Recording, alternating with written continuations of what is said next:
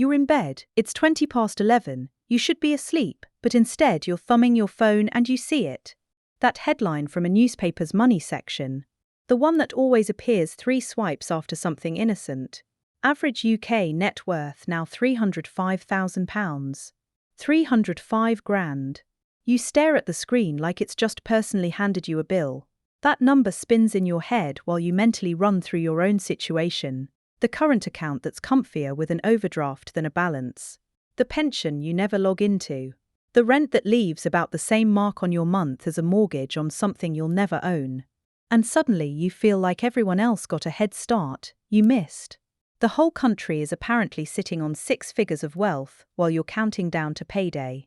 I'm from Side Notes Money, and this is Where Do You Stand? Because that viral £305,000 number is technically true, but it's also utterly useless for placing yourself.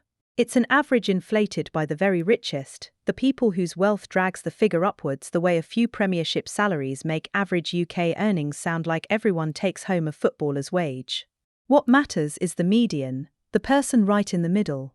And the median individual total wealth in Great Britain isn't £305,000. It's £125,000. That's the real halfway line. Half of all adults have more, half have less. If your total net worth, all your assets minus all your debts, is above £125,000, you are already wealthier than half the adult population. If it's not, you are the majority. You are normal. And the closer you get to that headline average, the further you realize it lives in a different postcode entirely. Now place yourself more precisely. The Office for National Statistics gives us a household-level lens. If the house you live in has a total combined wealth, including property, pensions, savings, everything, above £293,700, your household is above the all-household median.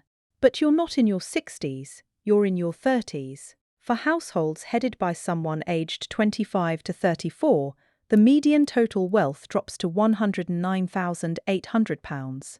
That's the number for your age group, and it's already far from the headline. But that's per household. If you share your finances with a partner or spouse, your wealth gets pulled in that tally. If you're single, your entire household is just you, and the individual numbers look different again. The individual median for someone around 30 to 34 is much lower, roughly £66,000. So pause for a second and do the uncomfortable maths. Add up everything. The value of any home you own outright minus the mortgage, your workplace and private pensions, any savings or investments, and subtract what you owe. If the answer is more than £66,000, as a single 30-something, you are already above the midpoint for your age. If it's way below, you are not some outlier. You are sitting exactly where the data says most people sit. And if you think that feels rough, wait till you meet Laura. Laura is 32, lives in Bristol, works as a marketing manager on a salary of £35,500, which is almost bang on the median for her age. She rents a 1-bed flat for £1,200 a month, no bank of mum and dad behind her, no property wealth, a workplace pension she was auto-enrolled into 3 jobs ago, and has never once checked. A Plan 2 student loan balance that started around 53 grand, and has been grumbling away in the background, and a credit card that sits at about 2,000 quid because life kept handing her months that cost more than her pay packet could cover. Laura is not irresponsible. She's not bad with money. She is someone trying to build a life in a system that was rebuilt before she got to the table. And the numbers that follow are going to make a lot more sense when you carry her through them. Catch number 1, and it's the single biggest reason net worth figures look enormous on paper while feeling laughable in real life: property.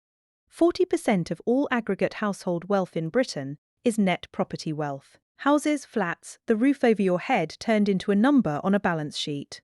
The median house price in England is now £290,000, which is 7.7 times the median full-time salary. Back in 1997, it was 4 times. In London, it's 11.1 times. You are being asked to stretch far further than the generation before you, on earnings that haven't kept pace. The average first-time buyer purchase price last year was over £311,000, and the average deposit needed was £61,090, a sum that is more than Laura's entire gross salary and then some. 62% of first-time buyers go in with someone else because doing it alone has become a luxury. If you haven't bought, you have near zero property wealth. In England, only 45% of 25 to 34-year-olds own their home. That means 55% of Laura's generation are locked out of the single biggest wealth engine in the country. And a 30-year-old millennial is roughly half as likely to own a home as a baby boomer was at the same age. Your landlord's net worth is growing. Yours isn't. That's not a spending problem. That is a deposit that requires a different geological era. If you're feeling uneasy already, catch number 2 is the quiet one, and it's worse. Private pension wealth is the second largest slice of UK wealth, 35% of the whole pie. But the median private pension pot among 25 to 34-year-olds who even have a pension is just £18,800. And that's only counting the ones who have one. Almost 2/3 of people in that age band, when you include those with no private pension at all, have under 10 grand in pension wealth. For lower earners, the median pension pot is £1,800. £1,800. Laura's salary puts her above the lower earning bracket, so she's probably in that bottom 2/3, sitting on a pot that hasn't cracked 5 figures. And here's why it's so easy for that to happen. Her workplace pension runs on auto-enrollment minimums. On her £35,500 salary, qualifying earnings start above £6,240, so the bit that counts is £29,260. 5% from her, 3% from her employer, total contribution about £192 a month. That's it. Before any growth, before any real hope of compound magic, the raw physics of putting in under £200 a month while rent takes £1,200 means you are building wealth at a pace that feels geologic. You're not failing to save. The architecture around you is designed for participation, not sufficiency. And that leads straight into the third catch, because before any of that money lands in your pocket, the deductions have already clocked in. Laura's student loan, Plan 2, takes 9% of everything she earns above £28,470. On her salary, that's a noticeable sum whisked off her pay before her take-home even registers. That money isn't buying her an asset, it's slowly chipping away at a balance that for the average 2024 graduate sits at £53,000 when they leave university. Most lenders now factor that deduction into mortgage affordability, so even if she scraped a deposit together, the loan silently shrinks what she can borrow, and it's not classified as a debt on your credit file, but it acts like one every month. If you layer on top the reality that the typical step-change client with problem debt owes over £15,600, with 1 in 3 first-time clients aged 25 to 34, you see a picture where unsecured borrowing isn't always reckless, it's often bridging the widening gap between what life costs and what the paycheck covers. Before you open your banking app in despair, let's look at the fourth catch, because if property is locked and pensions are tiny and the monthly deductions are squeezing the present, the shock absorber that used to sit beneath all this has largely vanished. Cash savings. According to the Financial Conduct Authority, around 10% of UK adults have no cash savings at all. A further 21% have less than £1,000 stashed away. Combine those two groups and we're talking about roughly 16 million adults, nearly 1 in 3, who could not cover a broken boiler or an unexpected car repair without borrowing or credit. Laura, with her £2,000 in credit card debt and rent eating over 40% of her take-home, is probably in that thin margin. She might have a few £100s in a cash ISA left over from a forgotten direct debit, but it's not a buffer, it's a rounding error. And again, you need to hear this clearly. Having little to no cash savings does not make you uniquely careless. It makes you part of the largest silent group in British personal finance, the people running a near-zero cash position, not because they blow money on nonsense, but because the cost of staying afloat now consumes almost everything. Now I need to show you something that connects Laura's flat in Bristol to a house in the same city that her parents might have bought 3 decades ago. The Resolution Foundation measured the wealth gap between a typical household in its early 30s and a typical household in its early 60s. In 2006 to 2008, that gap was £135,000. By 2020 to 2022, it more than doubled to £310,000. The older generation didn't just pull ahead, they accelerated away while the path behind them got steeper. The typical person in their early 30s today has just £8,000 more real wealth than someone of the exact same age had in 2006. £8,000, after nearly 2 decades. Meanwhile, someone in their early 60s today has roughly £150,000 more real wealth than the same age group had back then. The game didn't pause, the rules changed, and you inherited the harder version. The wealth is sitting among the top 1% of households, a group that holds roughly the same share of the nation's wealth as the entire bottom half combined. The bottom 10% holds £16,500 or below.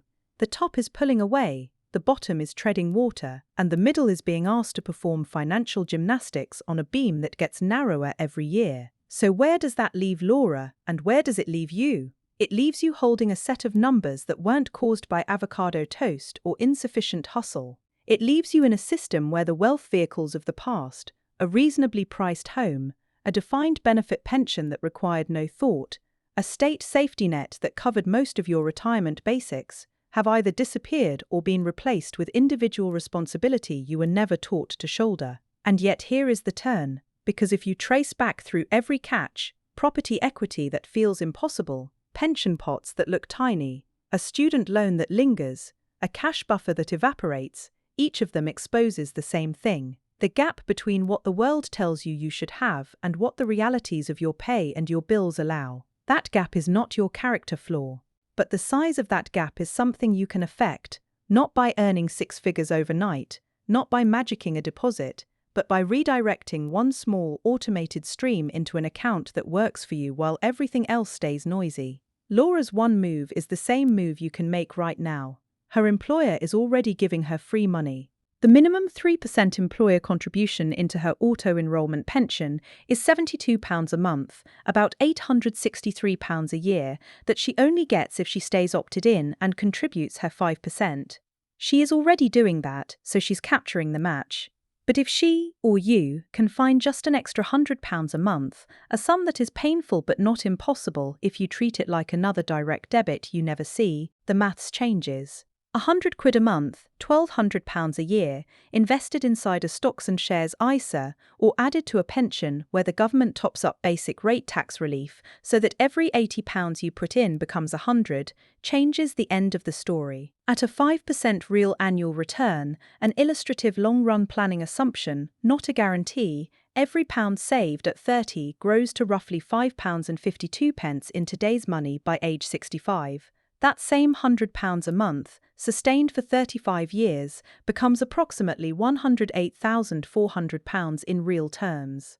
That number is not a lottery win. It won't turn you into a millionaire, but it replaces the dread of arriving at 70 with nothing but the state pension, £11,973 a year, a figure that sits £19,700 short of a moderate standard and nearly £32,000 short of a comfortable one. It is the difference between a retirement that is entirely dependent on what the government decides to award and a retirement where you have some lever over your own life. For Laura, the thought of an extra £100 a month right now feels heavy, but if she swaps one subscription, renegotiates one bill, and sets up an automated transfer that runs the day after payday into a low-cost index fund inside her ISA, she stops being a passenger. That's the agency. The property ladder might stay unreachable for another decade. The student loan will keep deducting its silent share, but the margin she controls today, however small, will compound into the one thing the statistics cannot give her: a fork in the road where the numbers stop being something that happened to her and start being something she used. Here is the future fork. You can close this video and carry the same quiet anxiety you came in with, feeling measured and behind. Or you can open your pension portal, look at the employer match you might not be maximizing, check whether you're in the default fund or could move to one aligned with your risk tolerance, and set up a standing order, even a tenner to begin with, into an ISA that protects every bit of growth from tax. The system won't fix itself, but your small automated choices, stacked over years, are the only thing that reliably closes the gap between the median and the mean, between where you are and where you assumed everyone else already sits. If this slapped you in the face in a useful way, then you know someone who needs to hear it before they read another misleading headline. Subscribe to Side Notes. Money, because we will keep giving you the real numbers, the British numbers, with none of the shaming and all of the dry truth. Share this with a mate who's never checked their pension, or who thinks they're the only one with a student loan deduction that stings every month. We'll be back soon to measure something else you were probably worried about in silence. See you then.